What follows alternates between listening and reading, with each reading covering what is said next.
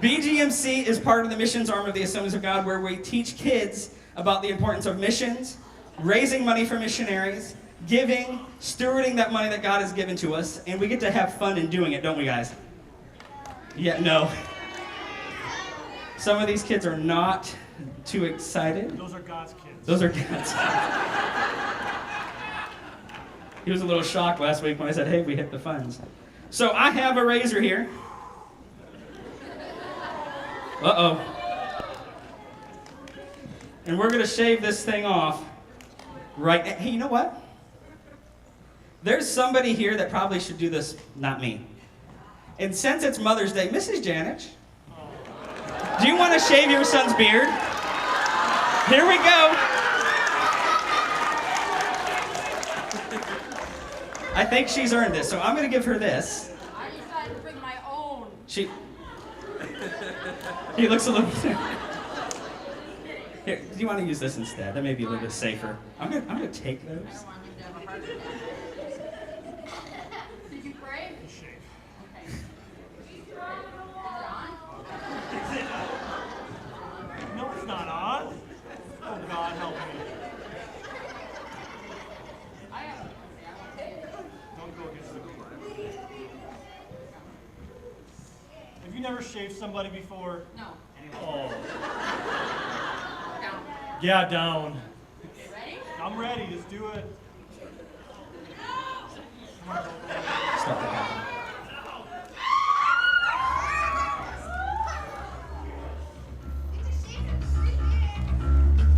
Just think, Passion, this is all for BGMC.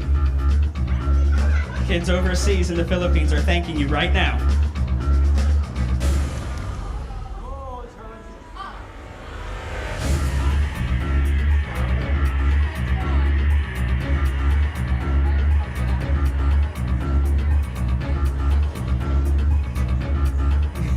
It's caught.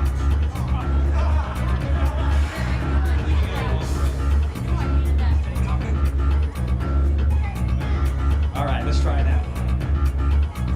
Look at that. There we go.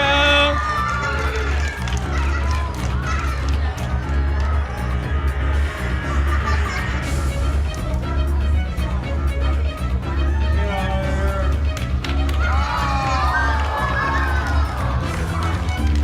Stop it!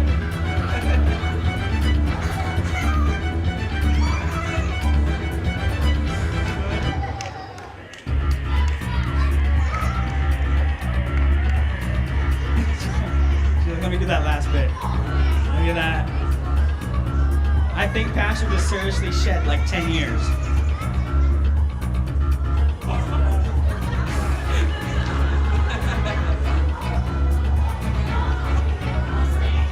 Here we go.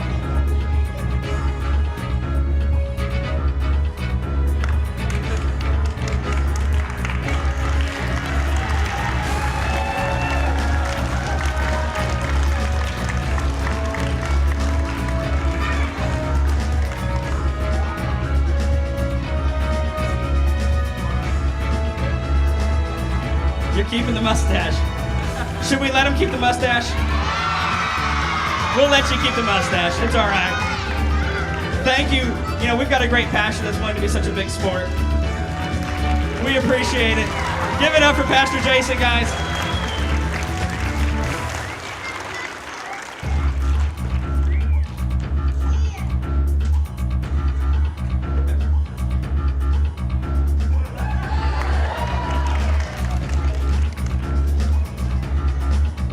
Shaved 10 years off his life, or added 10 years back on. That was awesome. All right, well, we are going to continue our Mother's Day service. Let's give it up one more time for Pastor Jason, for all the kids raising all that money for BGMC. Very awesome. Well, this morning, as you know, it's Mother's Day, and we thought, what better way to kick off Mother's Day than to have a singing competition. So we thought we'd have a singing competition, and we're gonna bring our first group out. Let's give it up. I need you guys to make some noise for the Singing Mamas.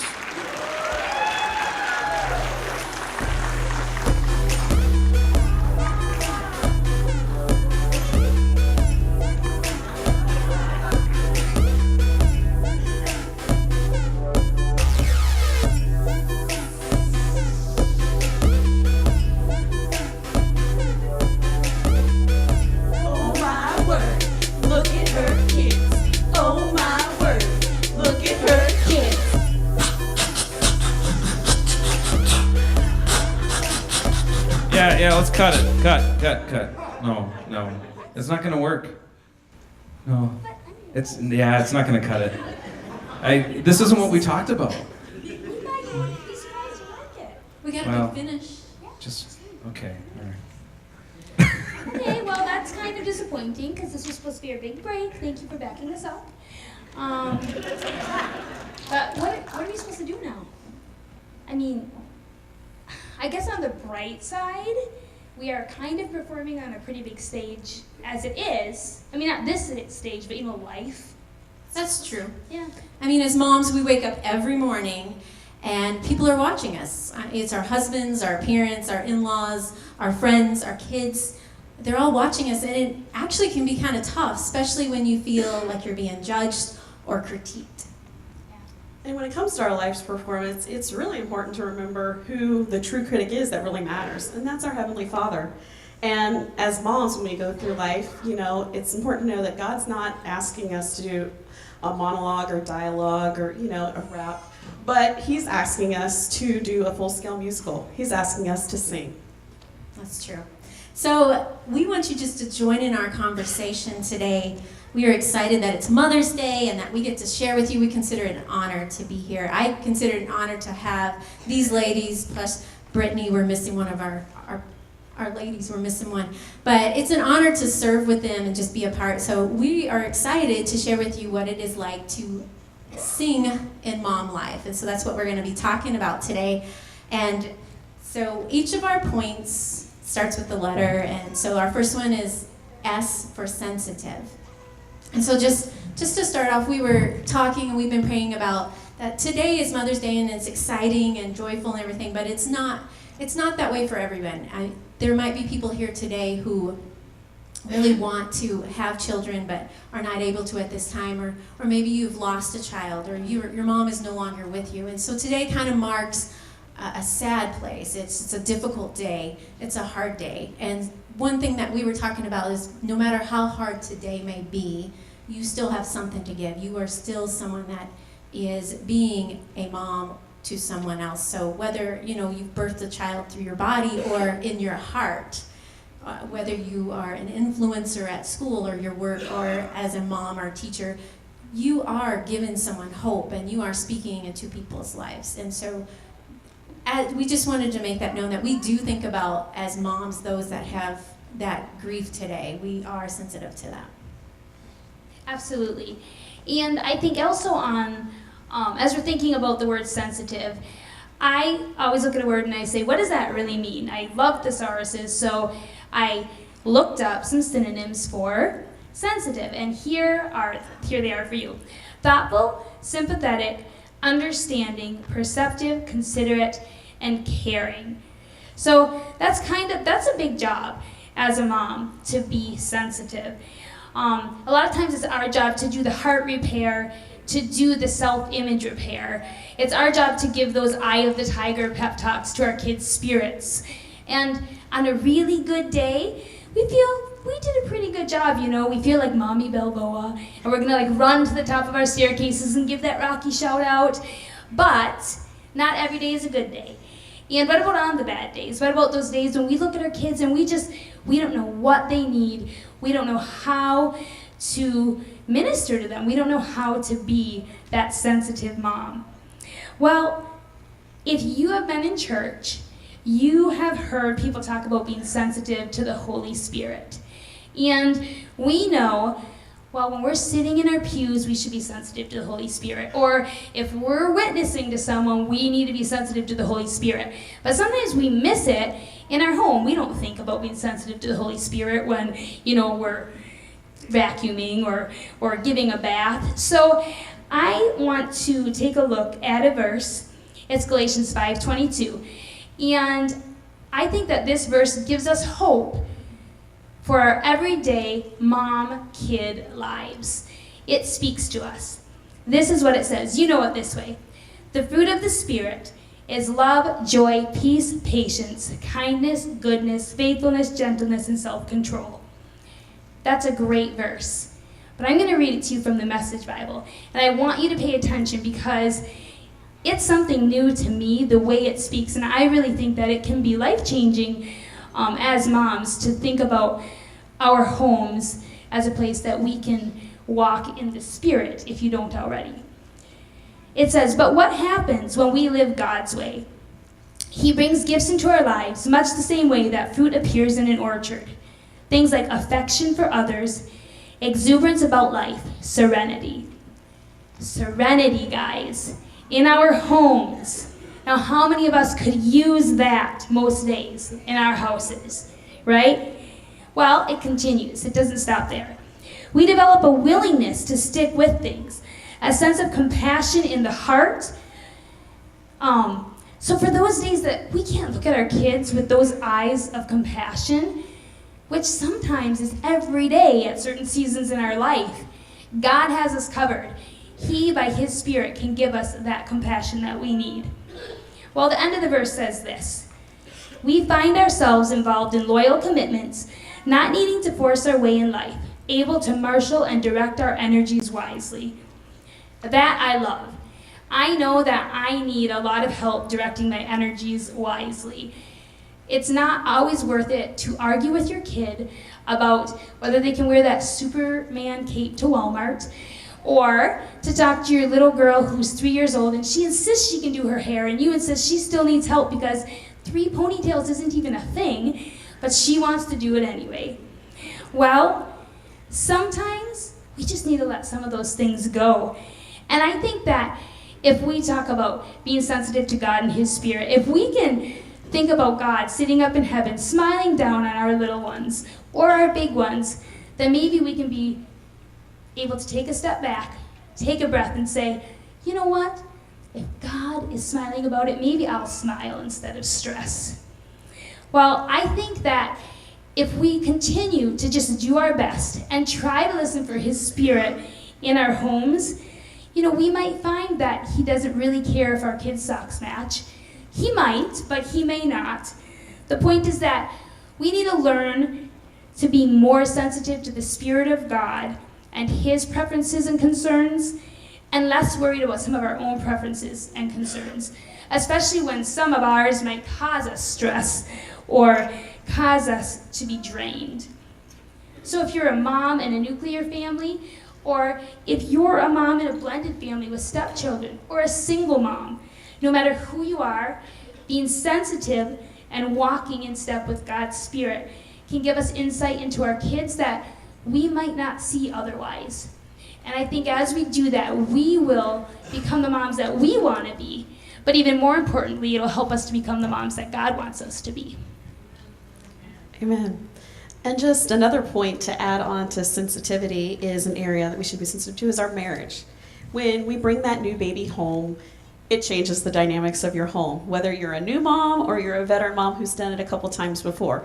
You have, the 2 a.m. feedings, your diaper changes. I mean, the list goes on. And so when that happens, sometimes it can be the craziest of life that you don't necessarily have time to spend with your spouse or talk with your spouse like you had previously, because those dynamics have changed, and sometimes it takes a little time to adjust to those dynamics to figure out that time. And that's why it's really important to make that a priority when you have that happen, to spend time with your spouse. It can be a very simple thing of an at-home date. Doesn't have to be, have to get a babysitter, doesn't have to cost all this money. It can be a simple thing as that. Put the baby and the kids to bed, make a nice meal, and sit down with your spouse and have a meal. Talk about what's been going on in your life, how you're feeling, things you're going through. Catch up, because with work and life, sometimes you just don't get a chance to figure out where things are at in your life. And that's so important. I know Fred and I try to do that ourselves every week. We try to just do catch up. Hey, how's this going? And a big thing we try to also end with is what goals do we want to work on in our life, for our family, for our marriage, and things that we need to work on for ourselves. And by doing that, that helps our relationship be able to continue to grow. And when you have that open communication, that helps your relationship to stay healthy as well. And I understand that, we have some single moms in here. My suggestion is the same thing. Put the baby or the kids to bed and take time for yourself. Whether it's a movie, music, a bubble bath, anything that equals relaxation to you, take that time for yourself, because you've got double duty that you've got to do taking care of those kids. And so by taking time for yourself, you can also be the healthy parent that they're needing. And by doing it with their marriage or yourself, we're becoming healthier parents for our children. It's true. So just being wise and being sensitive to each other and to ourselves and our children is really important. And our next point, I think we have a clip that's gonna. Do you ever feel like a plastic bag drifting through the wind, wanting to start again? Do you ever feel so paper thin? Look at like me, a house I'm Mommy. caving in? Hector, get off the table! Rosita, have you seen my car keys? La la la la la. Norman, would you please tell them what a good singer I am? Oh, yeah, you were great, honey. By the way, the bathroom sink is blocked again. Bye, honey.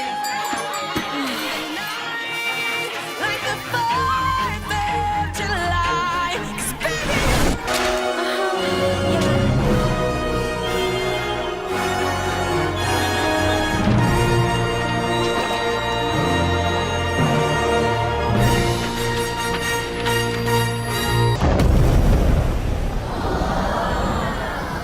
I never miss a beat. Lightning on the beat.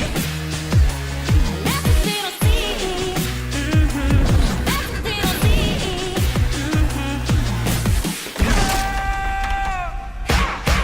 Players gonna play, play, play, play, play. And the leaders gonna hey, hey, hey, hey, hey, baby. I'm just gonna shake, shake, shake, shake, shake. Shake it off, shake it off, shake it off, shake it off, shake it off, shake it off, shake it off, shake it off. Gunter and Rosita.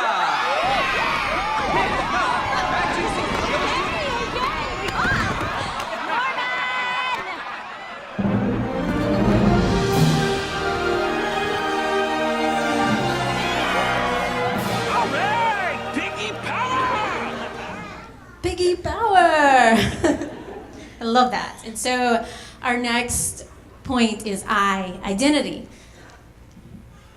I just noticed my husband. I shouldn't have looked over there. He looks amazing. Wow. Focus.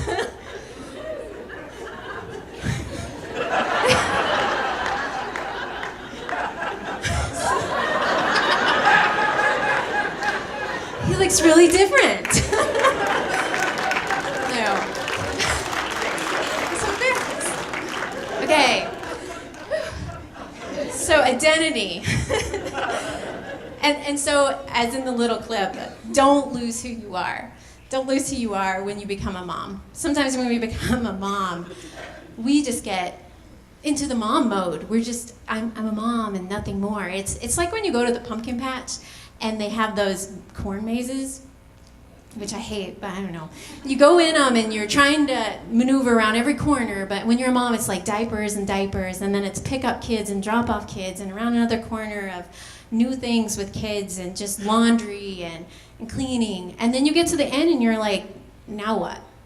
At the end of raising these children, or the end of where they're old enough to take care of themselves, you're like, now what? And so we get lost. And maybe sometimes we get lost because maybe we feel guilty as moms to pursue something that we enjoy, or right when we think, this is it, this is my moment to try something new, the kids are older, then one of them signs up for new sports, or you just want to take a shower. Don't want to learn to play the guitar, you'd rather take a shower. So all these things come to us as moms. And sometimes we just think, this is what I'm supposed to do. I'm a mom, I'm just supposed to pour everything into my kids, and we should love them with everything we have. And this is true, but God has made us so much more, such complex people. And we have more than one interest because God has just designed us that way. We have passions and gifts and talents and our interest. And the very ironic thing is, when we take these times as moms to invest in ourselves, then we become better moms. Because that's the way God designed it. He designed us to just be more than just one thing. God is calling us to be moms, to be the best mom we can be, but he's also calling us to be other things. And mom life is a beautiful, beautiful blessing that we get to be a part of, but it isn't only who we are. Yeah, that's so true. And I think along with that is there's another side to that coin, and that coin is our kids. And I think that when it comes to identity, one of the things that we need to realize is that our kids, our children, have more than one part to their identities as well. Sometimes it's easy to look at our kids, and we look at that kid that's just been pressing all the wrong buttons all day long. And then we make that their identity. They are the troublemaker, or they are the handful, or maybe they're the shy one or the friendly one. And we put these labels on our kids. I actually have them on my kids right now. So if you go across the hall to the children's wing, you know if you have kids in there. They have a tag on their back, has their name and their number in case they need to get a hold of the parents. But then on my kids' tags, I usually write a descriptive adjective that tells who they are, so that the teachers kind of know what they're getting when they get them. And Reuben, my 5-year-old, he has like 7 tags filled with adjectives just stuck to his back. And if you know Reuben, you know how that's possible. And if you've taught Reuben, you might want to add a couple of your own. So the thing is, we do that, and I do that. But if you know me, you know I don't really put adjectives on my kids' backs. I don't do that. But it is something that I think we all do. In one way, shape, or form, we label our children. Sometimes we forget to look at that behavior or that characteristic, and we forget to remember that, you know what, this is just a part of who they are. This is just a small piece of this great, unique, individual person that God has created and that He really desires to use. I know that for myself, and I know all of you, the last thing that we would want is for our kids to get so used to those labels that we stick on them that they start to believe that this is who they are, this is all that they can become. And one of the things that we get to do as moms, our joy, is that we can rip off those labels. And we have this privilege of encouraging them to develop their God-given abilities and talents, to discover all the different parts to their personalities, and also to find their true identities. As moms, as women, as people, we get to do that, and I think that's pretty exciting. That is awesome. And something just talking on the personal level about, being a mom and that identity of being a mom, plus having other identities and passions that we're pursuing. On a personal level, for me, my identity has changed throughout the years. Back before I had kids, and then when Frederick was really little, my primary identity was in media and TV. It was a job I got straight out of college, my dream job that I absolutely loved. And that identity was laid down or put to the side somewhat when I took on the identity of being mom, which was also an identity that, I'd always wanted to have. Even after that, there was some, job opportunities that I would have loved to have jumped at, but at that point in my life, mom is my primary identity. That doesn't mean, though, that I'm totally letting it die. I'm still using my passion or my other identity with media. I've helped use it with church and in other situations where I can help out and do things with it and use that creative side. And in the future, that identity may take a more primary role if the opportunity presents itself. So this is just to say, don't let those passions and identities you have die. Try to keep them up, and do what you can to keep pursuing them somewhat while still doing your identity as mom. Absolutely. And for our next one, we actually have a clip to show you guys. Hey, how was the big meeting? No. That bad, really? Well, I have something really exciting to tell you. You make the best pie, honey. Listen, Norman, I know it's short notice, but I could really use some help with the kids tomorrow because, well, you are not going to believe what I did today. Norman, are you listening to me?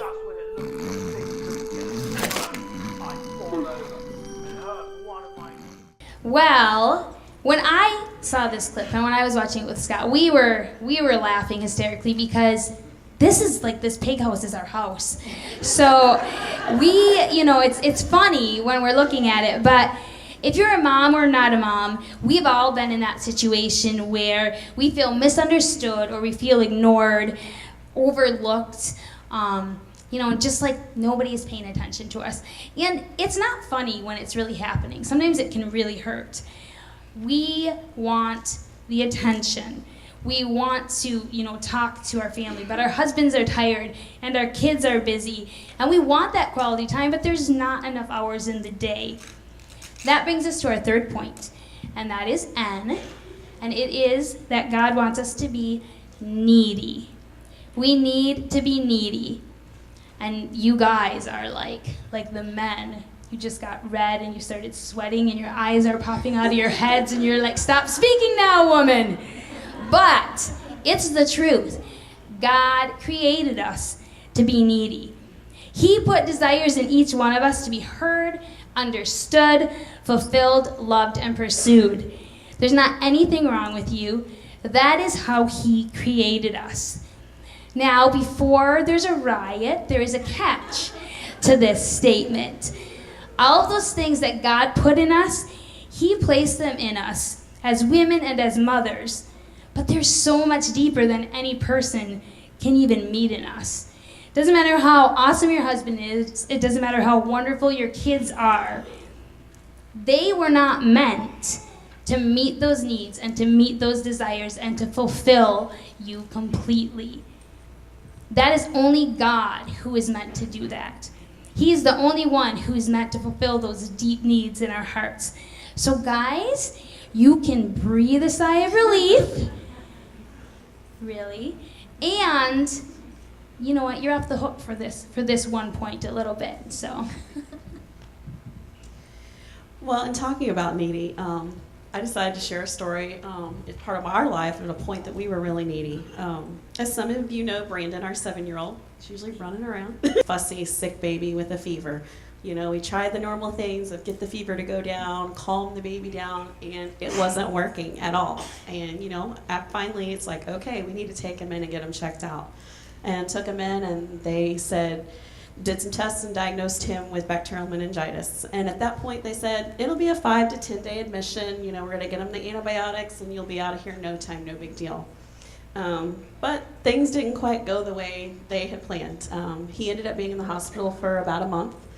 And I remember one especially hard day. We were on the pediatric floor and Brandon's fever was going up once again, even with the medications and everything. He wasn't responding appropriately. He kept sleeping, and we were all like, what do we do next? He's not responding.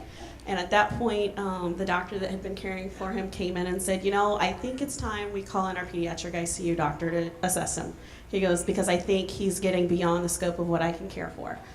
And so he brought that doctor in and he ordered the test, neurological stuff, and one of the tests he did was just checking Brandon's brain waves to see how he was doing because he wasn't responding appropriately neurologically. And I remember that sight of just seeing the wires all over my baby's head, and that was a sobering moment, not a moment that I want to see again. And the test results came back and they said, yes, he is in fact going downhill. It is pretty serious. And we are going to be transferring him immediately to pediatric ICU. And I remember at that moment, Fred and I were like, just, in shock because this isn't the way this was supposed to go. It was supposed to be a simple 5 to 10 day admission and we're out, woohoo! And it was like, wait, what? And at that point, there wasn't really answers as to, what do we do next? Is there a guarantee? And there was no guarantees. And at that point, they gave me a bunch of paperwork. We need you to fill all this out. You know how that goes when you're in hospitals. And Fred was like, I just need a moment. I need to walk and, get some air, just trying to process everything we were just told. So he left to get some air and process. And I remember just sitting there looking out the hospital window thinking, so am I going to lose my baby? What, I can't do this. I can't, this is not what's supposed to be happening right now. And I remember at that point, I finally just, we had been praying before, but at that point it was kind of my low point. And I just remember crying out to God, going, God, I need you now. We need you now. We need your peace. We need your wisdom. We need calm. We need healing. And at all times, I personally just need calmness or peace to be able to take the next steps that we need to take to get through this process. And I remember, you know, it just felt like God was in that room. That peace came over me. And, you know, I don't know how to explain it. It's just that I was able to take a deep breath and that peace came over me. Did I know the outcome? No, I didn't know what the outcome would be. But I was able to take a deep breath and be like, okay, we're going to take the next step and the next step. And my husband, you know, came back in the room and we got the paperwork filled out, and he, you know, we took him down to ICU. And one verse that comes to mind that was, you know, we talked about too at that time was Joshua 1:9. It says, "Have I not commanded you? Do not be afraid. Do not be discouraged, for the Lord your God will be with you wherever you go." And this is so true. I mean, it just relates, like I said, to the calmness, the peace that came over me as we walked that journey step by step with Brandon. And in Proverbs 3:5, it says, "To trust in the Lord with all your heart and lean not on your own understanding." And it was a long ordeal for Brandon, several years with therapy and stuff like that, that we never could have gotten through without relying on God. And, you know, as some of you heard, you know, he is our miracle baby because you see him running around. They told us when we got out of the hospital we didn't know if he was going to have a lot of, you know, blindness, deafness, and all that stuff, and he doesn't have any of that. And I totally attribute that to a miracle from God for healing him.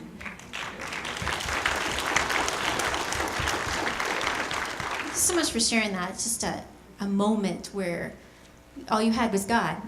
I mean, and that's all we need, but I know you didn't wake up that morning and just start right there. Even though God is with us when we're in those difficult times, you know, how do we become needy? How do we become, you know, where we do turn to God in those dark moments instead of just turning to other things? And so kind of like, so how do we do that? How do we become so needy on God? And for me, I like to do things myself. I think it's faster. It's not really, but I think that. So I think it's faster.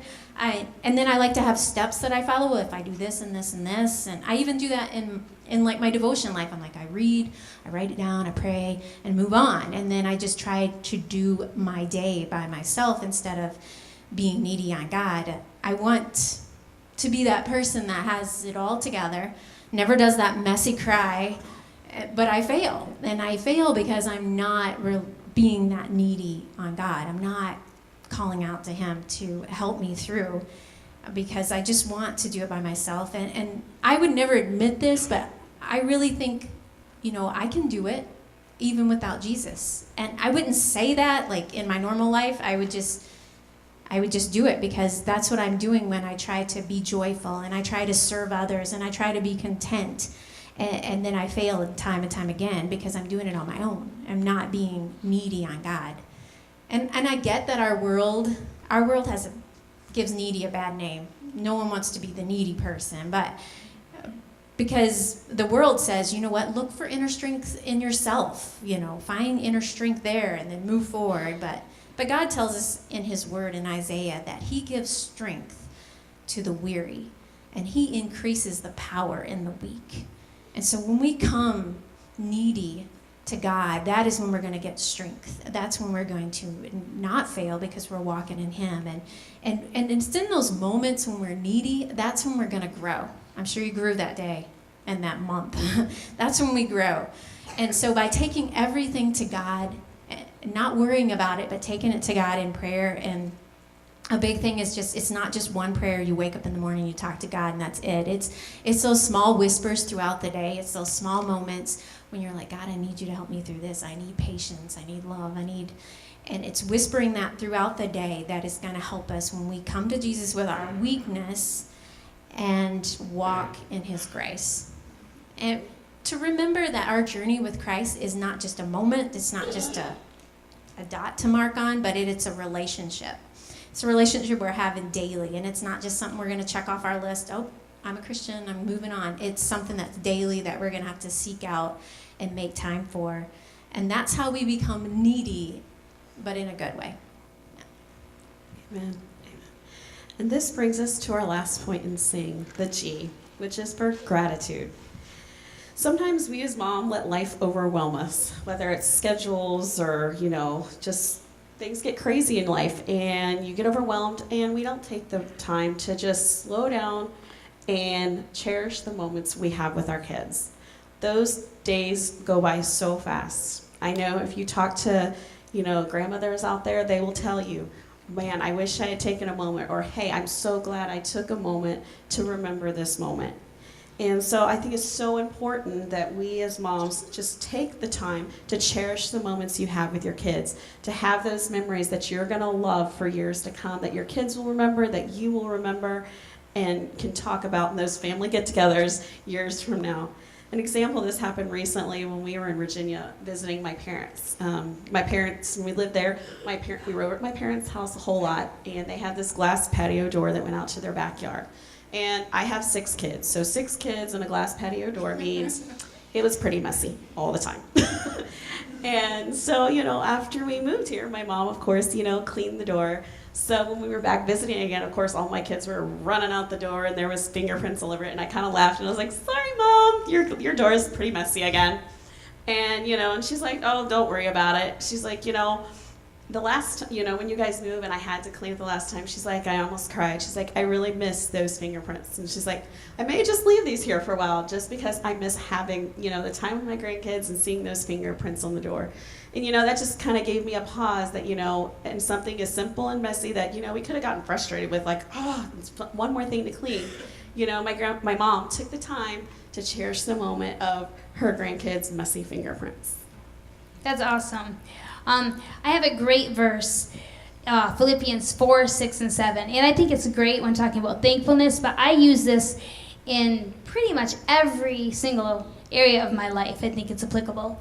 It says, do not be anxious about anything, but in every situation, by prayer and petition, with thanksgiving, present your requests to God, and the peace of God, which transcends all understanding, will guard your hearts and your minds in Christ Jesus. Now, when you first hear that verse, you might not think of it as a blatant Thanksgiving verse, but I really believe that Thanksgiving is the key to receiving the promise of peace in that verse from God. It can combat worry, stress, sadness, and depression. An attitude of gratitude is how we renew our minds and combat negativity. It's how we can find that joy in the little messes and the big messes of life. I actually have a fingerprint story of my own. It happened years ago when one of my older kids, I don't even know which one anymore, they were just a handful of years old and they had eaten some chocolate. Well, a kid and chocolate doesn't really mix neatly, so they had chocolate all over their hands. And then they decided to go over to my piano and start playing. So yes, chocolate fingerprints all over my piano keys. And I still remember seeing those chocolate fingerprints. And I'd heard the stories about how you'll miss it and, oh, don't wish these times away. So in that moment, I saw those and I thought, these are gonna go, these are gonna fade. And the songwriter in me was like, chocolate fingerprints on my piano keys, that's awesome. So I was looking at those fingerprints and I was wishing that I could trace the path of the chocolate fingerprints and that I could write a song using the notes that my kid had played. And I tried, and it never came, and I couldn't quite get it right. And you know what? Eventually, the fingerprints got either washed off or just kind of like licked off. But they were gone, and I don't remember which notes they were on. I can't remember any of that anymore. And the song is gone. But every new mess that we face gives us a new opportunity to write a new song. They're hidden in there, and we can recount those with gratitude as we remember them. And I think that even in those really difficult and painful moments, we can surrender those to God with gratitude in our hearts because there is always something to be thankful for. In every situation, by prayer and petition with thanksgiving, present your requests to God. So as women and as Christians, I think this is what we need to strive to do because gratitude, it really is the greatest, or at least one of the greatest weapons in our arsenal as mothers. It's true. Well, there's me, this mama who is watching her son fixing to graduate in a few weeks. I can't believe it. He's 18, he's graduating. And it's crazy to think that he's going to graduate and then move out and go to college in the fall. That just blows my mind away. And so there's just this weird switch when they go from toddlers to teens to adults, and I don't know if I'm always ready for that. And so actually though, in our household, we kind of had a unique perspective because we have a 3-year-old and we have an 18-year-old. And so I'm able to look at the 3-year-old and see her doing things, and it reminds me when he was 3, and I can look back and think about what he was doing when he was 3, and then look how fast the time has gone. Before I know it, she's gonna be 18. And it's just so hard because I wanna make every moment wonderful, and I want it to be imprinted on my mind and my heart forever. And well, I can't, because every day isn't wonderful. Every day isn't unicorns and rainbows, no matter how much I long for that. It is not. But, although I wish it was, because I love that kind of stuff. And so, as a mom, it's really not getting from point A to point B without any kind of fingerprints and not having those, and not making, oh, I forgot something, or I'm not going to remember that. It's not about that, but it's actually living one moment at a time and being present in the moment you're in and with the child wherever they are in this stage. And there's a phrase that says you can't appreciate the sun without the rain. And so we can't appreciate the good times if we don't also appreciate the struggles and the hard times. And so just being mindful that we need to live in the moment that we're in right now, because it will go fast. It will be over soon, and it will be a different stage because windows get cleaned and chocolate fingerprints get licked up.